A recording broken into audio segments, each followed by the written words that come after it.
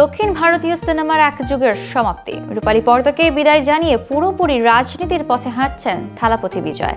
তার শেষ সিনেমা জন নায়াগান মুক্তি পাচ্ছে আগামী বছরের ৯ জানুয়ারি। আর এই সিনেমাকে ঘিরেই ৯০,০০০ ভক্তের ভালোবাসায় মালয়েশিয়ায় ইতিহাস গড়লেন বিজয়।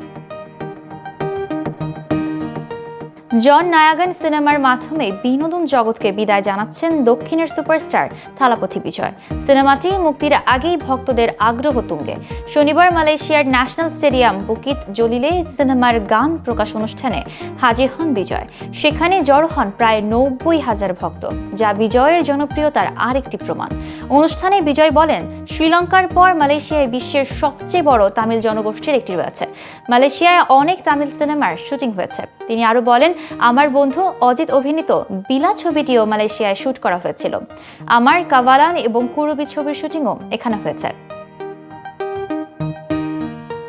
এরই মধ্যে অভিনয় থেকে সরে যাওয়ার সিদ্ধান্ত নিয়েছেন বিজয়। প্রায় ১ বছর আগে তিনি তামিলাগা ভেত্রি কাজাগাম নামে রাজনৈতিক দল গঠন করেন এবং তামিলনাড়ু বিধানসভা নির্বাচনে অংশ নেওয়ার ঘোষণা দেন।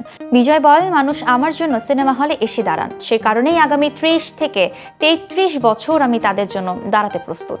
ভক্তদের প্রতি কৃতজ্ঞতা জানিয়ে বিজয় বলেন, আমি সিনেমায় এসেছিলাম একটি ছোট্ট বালুর ঘর বানানোর স্বপ্ন নিয়ে, আর আপনারা আমাকে একটি প্রাসাদ উপহার দিয়েছেন।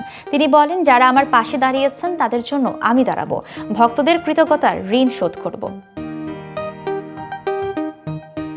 জীবনের দর্শন তুলে ধরে বিজয় বলেন, জীবনে সফল হতে হলে সবসময় বন্ধুর প্রয়োজন নাও হতে পারে, কিন্তু শক্তিশালী এক শত্রু দরকার। ভক্তদের উদ্দেশ্য করে তিনি বলেন, ছোট একটি ভালো কাজ ভবিষ্যতে আপনাকে সাহায্য করবে। কাউকে কষ্ট দেবেন না, কাউকে আঘাত করবেন না।